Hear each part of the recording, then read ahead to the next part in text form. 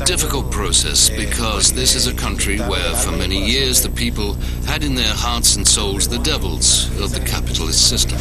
Very good. Some people say that the Chavez family used to be poor, but now that they're rich.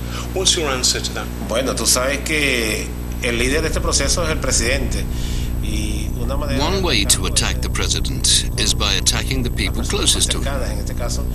In this case, his brothers and his father, who is a governor.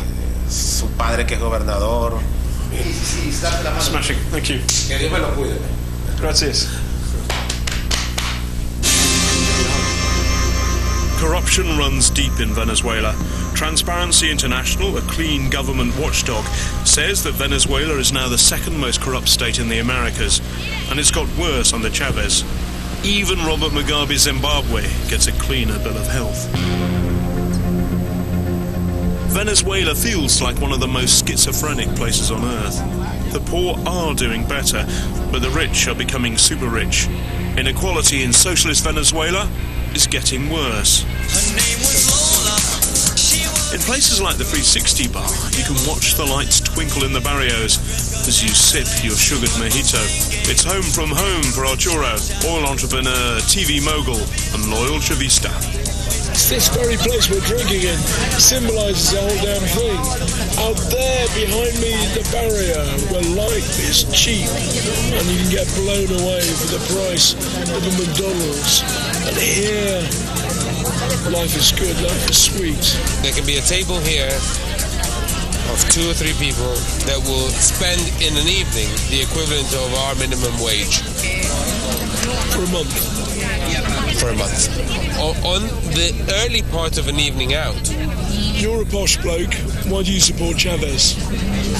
It's not, I think, an issue of where I stand within society, but I do think that a society that hasn't got these inequalities is going to be a more stable and a better society, a more prosperous one for all of us, including those that, for whatever reason, happen to be at the top end.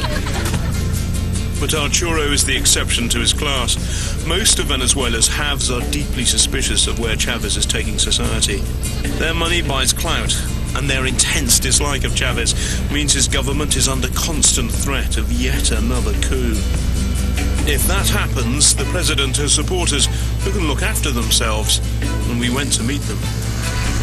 Okay, we're in the barrio of the 23rd of January. It's one of the hottest, most dangerous barrios in town, and I was told not to open the boot of this car because it's full of guns. These guys, the Tupamaras, they support Chavez. They support him to the hilt, and if it comes to it, with guns.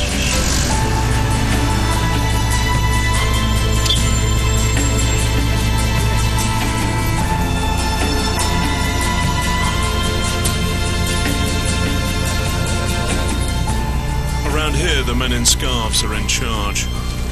How many submachine guns have you got? All of this barrio is armed. Everybody is. Handguns, shotguns, rifles.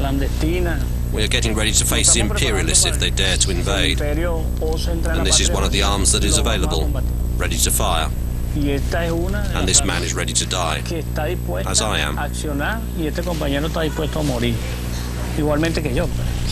You're the boss of this barrio, you're the sub-commander. If somebody who didn't like Chavez, who said, no, I don't want to vote for him, I want to vote for somebody else, would that be possible here? Here, we have our own rules. This barrio has approximately 1,000 families.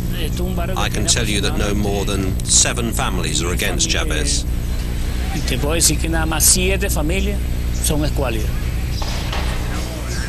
Creemos que that's not a car backfiring. ¿Qué fue eso? Dice un balazo. That's normal over here. That's normal here. Gunfire. Sí, hay falla. In the past, Chavez hasn't used men with guns to silence his opponents.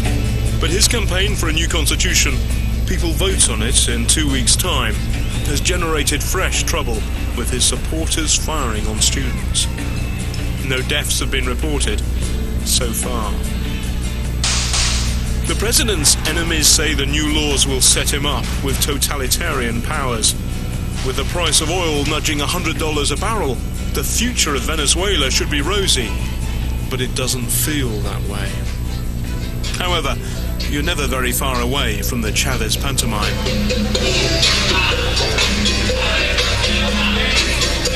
This is yet another totally spontaneous demonstration in support of El Presidente. Slogan on the bus: socialism or death.